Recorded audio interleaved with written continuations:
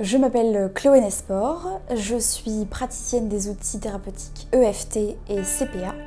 EFT, c'est Emotional Freedom Technique, c'est des techniques de libération émotionnelle. Et la CPA, c'est de la communication profonde accompagnée.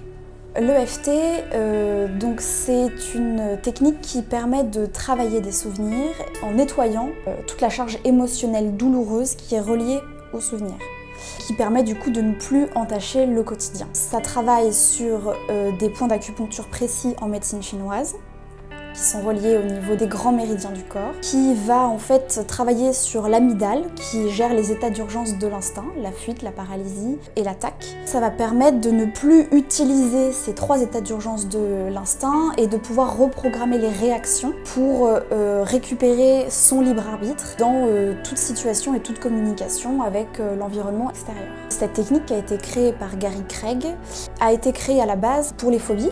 De l'eau, notamment, ça a été son premier cas. Et ensuite, c'est une technique qui se dérive sur les traumatismes, l'anxiété, la timidité. Ça peut être pour se préparer à un examen, un concours, un permis de conduire par exemple, une difficulté relationnelle dans le couple. Ça peut être quelque chose qui peut se faire en duo également. La communication profonde accompagnée a été créée par Martine Garcin-Fradé. C'est un outil qui travaille par le biais de l'écriture, qui à la base a été créé pour les personnes en situation de handicap privées de l'usage de la parole, pour pouvoir communiquer. Alors souvent c'est les parents à la base qui ont été formés à cet outil-là pour communiquer avec leur enfant, ou plus en Europe qu'en France, les aides-soignants ou les infirmières qui étaient formées aussi dans les centres médico-sociaux pour pouvoir communiquer avec ces patients. Et aujourd'hui, c'est quelque chose qui se décline pour des personnes tout venantes comme vous et moi, pour pouvoir accéder à l'inconscient par le biais de l'écriture, l'inconscient collectif, familial, personnel, le transgénérationnel, et pouvoir accéder à des choses qui ne sont pas palpables par le conscient en psychothérapie et pouvoir justement dénouer des choses en profondeur et aller communiquer avec son être. Ça se pratique avec un petit clavier Bluetooth qui est relié à un ordinateur portable que moi je tiens, je prends la main de la personne. Donc il y a le méridien du cœur, son méridien du cœur avec sa main gauche qui est reliée à donc, la main qui donne, et moi la main droite, la main qui reçoit. Il y a une connexion entre ces deux mains qui fait qu'après moi je me mets en état modifié de conscience et je réceptionne les micro-mouvements de son corps qui vont aller vers des lettres, qui vont créer des mots, qui vont créer des phrases et qui vont permettre de pouvoir aller vers cette communication-là inconsciente. Il y a toute une structure qui découle de ça. On part d'une problématique précise qu'on cible ensemble. Ensuite, il y a des mots-clés pour donner un petit peu la couleur de la séance. Et puis ensuite, à la fin, il y a des ressources pour savoir ce avec quoi ressort la personne de positif dans sa séance et qu'elle peut mettre en place, par exemple, des petits actes, des petits rituels qui sont en lien avec ce qu'elle a travaillé en séance. Alors mon parcours, j'ai fait des études en psychologie, je me suis arrêtée au master. Ensuite j'ai travaillé longtemps avec des personnes en situation de handicap dans diverses structures, avec des personnes en situation de précarité, femmes victimes de violences conjugales, parcours de rue. J'ai également fait plusieurs années de psychothérapie où j'ai travaillé avec plusieurs outils thérapeutiques.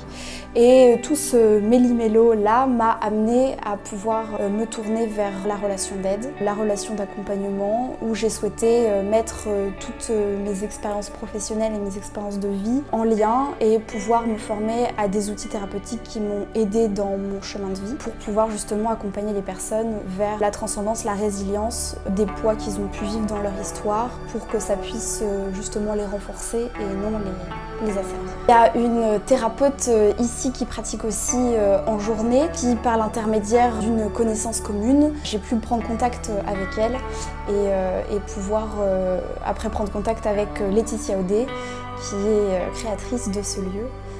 Voilà, c'est dans une ambiance assez spirituelle, assez novatrice, avec quelque chose de très solidaire et puis dans des pratiques qui peuvent être tout à fait complémentaires. C'est vraiment quelque chose qui, moi en tout cas, m'a beaucoup parlé, qui a vibré. J'ai souhaité m'intégrer dans ce lieu de vie, ce lieu d'être, pour pouvoir démarrer mon activité avec aussi des personnes qui sont dans la même dynamique que moi.